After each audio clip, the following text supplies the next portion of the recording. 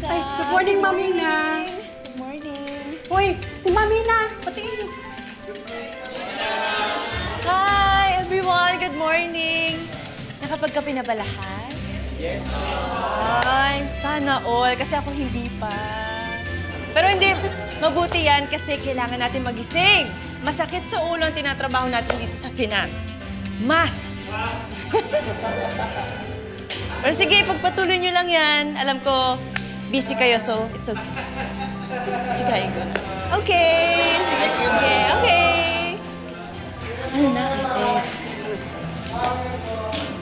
Maraming magagaling na employees po natin na nag-resign, Ma'am Ina. Mas malaking benefits po kasi yung nakukuha sa ibang kumpanya.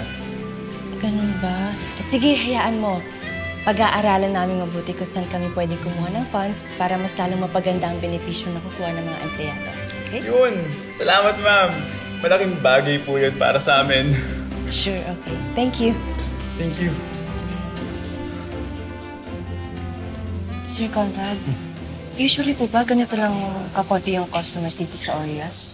Lunchtime na kasi pero konti lang yung tao. Actually, Ma'am Ina, minsan nga mas konti pa nga eh. Nag-start kasi yan yung nagkaroon ng aksidente sa No-No's Favorites. Tapos, ayun, nadama yung Oreas issue, kaya talaga yung sales bumagsak. Hayaan niyo po, sir. Gagawin po namin lahat para bumangon ulit yung reputasyon natin. Lalakas po ulit ang No-No's Favorites at Orias. Waiter, Yes, Ma'am. ano to? Bakit ganito? Hindi naman ganito lasa ng chicken inasal niyo dati ah. Pati itong kare-kare, iba na din. Hindi na masarap. Ma'am, pasensya na po, ma'am. Kung gusto niyo po, papalitan na lang po natin. Hindi na. Panigurado ganyan din ang lasa. Sira na nga image nyo, pati mga pagkain, sisirain nyo pa. Magsara na nga lang kayo. Tara na nga. Ma'am, teka, ma'am. Di pa po kayo bayad, ma'am. Okay lang po. Hayaan yan.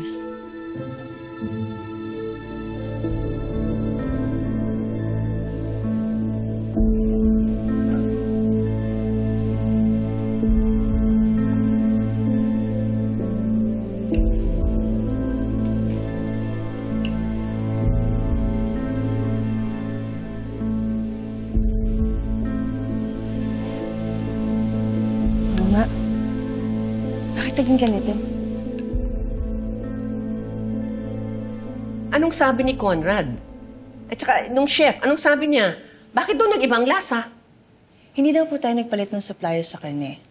Pero nagpalit po tayo ng suppliers sa spices and ingredients. Doon daw po nagkaroon ng changes yung timpla ng mga sinaserve natin. Pero, Lola, may nagsabi na po ng concern daw nila noon dito sa opisina, pero hindi daw po sila nakatanggap ng sagot. Wala akong natatanggap na reklamo. At kung meron man, a-actionan ko kaagad yun. Makikinig ako. It's really weird.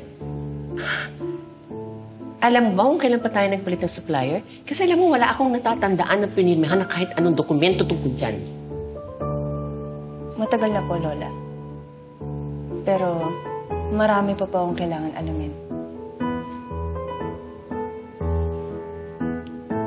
Please, Ina, let's just keep this first to ourselves, okay?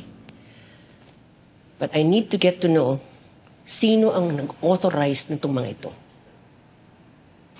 Sige po, Lola. Pero po kayo mag-alala. Aalamin ko po ang punot dulo nito.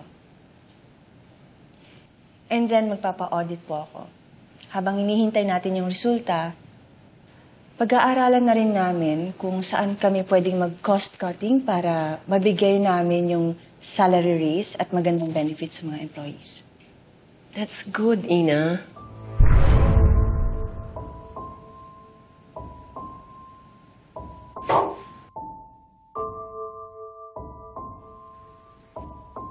Charlie.